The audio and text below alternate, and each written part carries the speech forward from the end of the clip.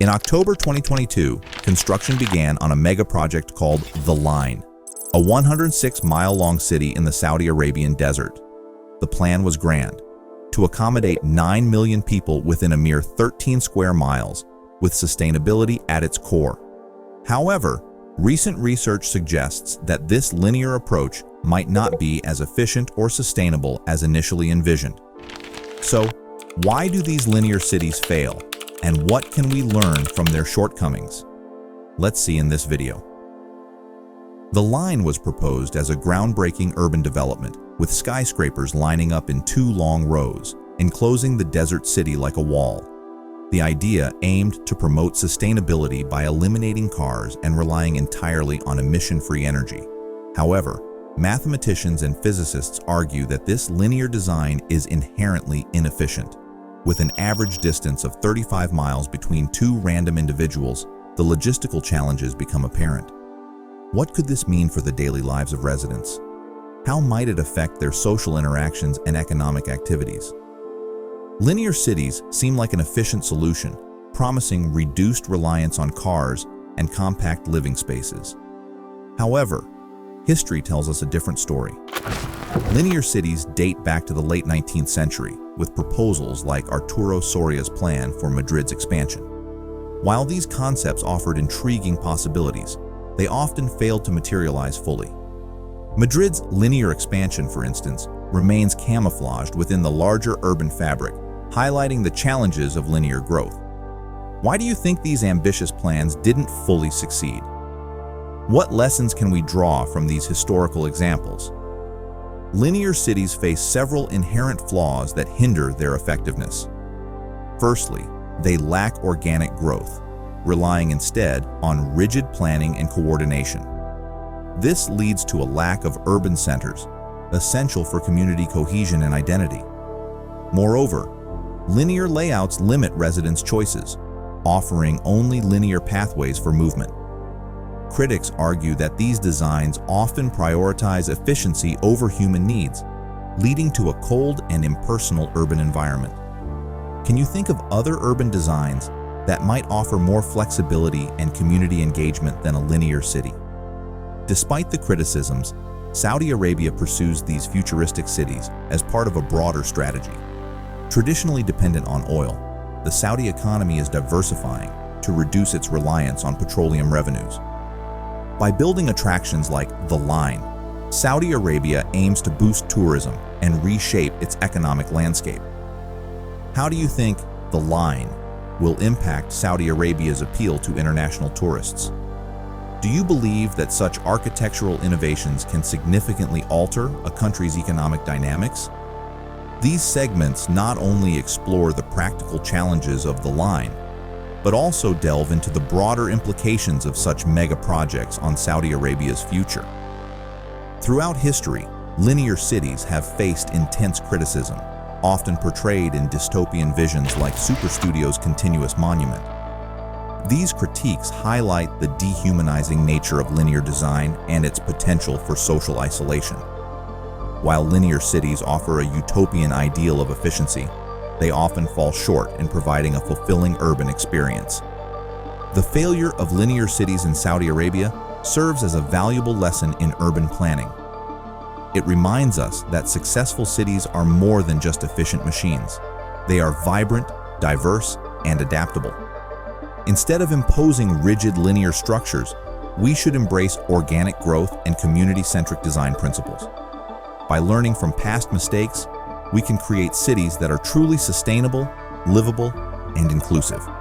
To understand why linear cities fail, it's essential to explore the evolution of urban planning and design. Historically, cities have grown organically, shaped by factors like geography, culture, and economics. However, the Industrial Revolution ushered in a new era of urbanization, marked by rapid population growth and technological advancements. This period saw the rise of linear cities as a response to the need for efficient transportation and industrial production. Linear cities, with their grid-like layouts and emphasis on linear movement, reflected the mechanistic worldview of the time. Urban theorists like Kevin Lynch describe them as the direct expression of machine values, emphasizing efficiency and order over human experience. However, as cities continued to expand, the limitations of linear design became increasingly apparent. One of the primary challenges of linear cities is their lack of adaptability. Unlike traditional cities, which can expand in all directions, linear cities are constrained by their linear layout. This limits their ability to accommodate population growth and adapt to changing needs over time. Additionally, linear cities often struggle to create vibrant urban centers, as their design prioritizes efficiency over community engagement and social interaction. Another challenge is the issue of accessibility. In linear cities, residents may face long commutes and limited access to essential services and amenities. This can lead to social isolation and inequitable distribution of resources, further exacerbating urban inequalities. Additionally, linear cities often require extensive infrastructure investments, such as transportation networks and utilities, which can be costly and challenging to maintain. Another big issue is the inefficiency of movement within the city. Residents face long commutes and limited access to essential services and amenities, leading to a diminished quality of life. The linear layout maximizes the distance between inhabitants, making social interaction and community engagement challenging. The research paper argues that transforming linear cities into circular ones could offer a viable solution to these challenges. By adopting a circular layout, cities can reduce the distance between residents and promote more efficient movement and connectivity. According to the paper, if the line were transformed into a circle, each kilometer would have roughly 53,000 people, significantly improving accessibility and social cohesion.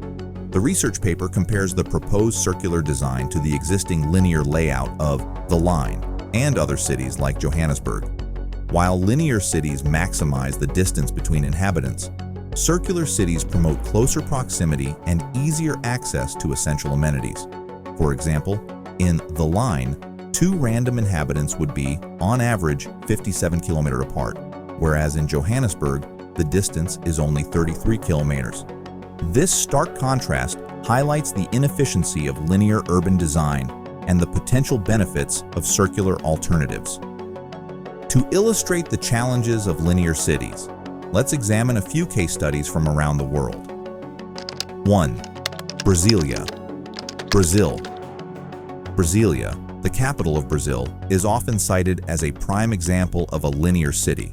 Designed by architect Oscar Niemeyer and urban planner Lucio Costa in the 1950s, Brasilia was conceived as a modernist utopia with its iconic plano piloto layout resembling an airplane.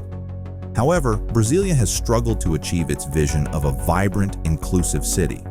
Its rigid, grid-like layout has led to spatial segregation and social inequalities, with affluent neighborhoods concentrated in the central superquadras and marginalized communities relegated to the periphery. 2. Chandigarh, India. Another example is Chandigarh, the capital of the Indian states of Punjab and Haryana. Designed by renowned architect Le Corbusier in the 1950s, Chandigarh was envisioned as a modernist masterpiece with its grid-like layout and functionalist architecture. However, Chandigarh has faced similar challenges to Brasilia, with issues of spatial segregation, traffic congestion, and environmental degradation. Despite its architectural brilliance, Chandigarh has struggled to create a sense of place and community, leading some critics to question the viability of its linear design. 3. Dubai, UAE. Moving to the Middle East, Dubai offers a contemporary example of a linear city.